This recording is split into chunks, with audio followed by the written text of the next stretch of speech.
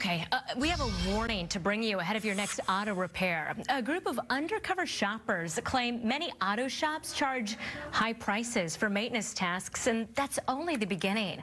Joining us with the details, plus how to best protect our wallets, is the executive editor of Puget Sound Consumer's Checkbook, Kevin Brassler. Kevin, thank you so much for being with us this morning.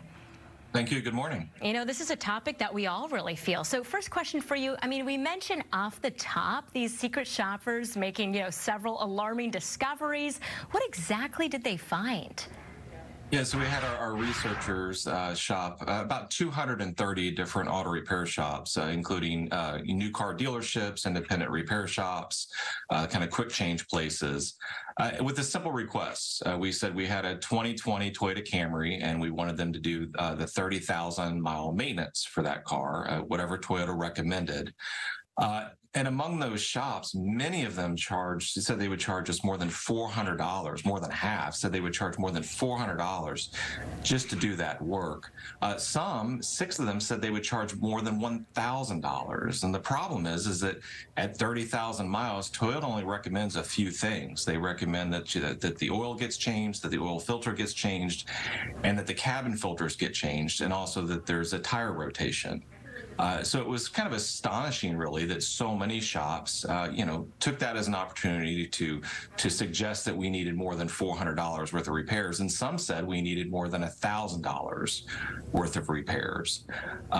It was really interesting that when we called back these shops, and we didn't mention that we wanted this package of services, when we said we just wanted an oil change and the air filter changed and the tires rotated, that with a lot of these shops, more than 40% of them, all of a sudden our prices came down because we were actually asking for the few specific tasks as opposed to some kind of package price that often apparently is an overinflated price.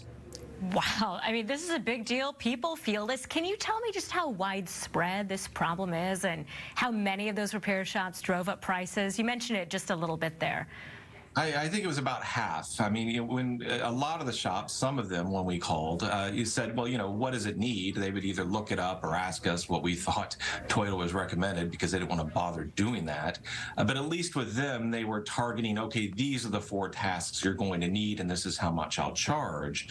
But about half of the other shops, they took it as an opportunity to charge us this package price that was often far higher than what they would have charged if we just, mentioned the tasks we needed. And so the lesson is, before you take your car in for maintenance at the 30,000-mile interval, 60,000-mile interval, whatever, find out, check in your owner's manual exactly what it needs, and just ask them to do those tasks.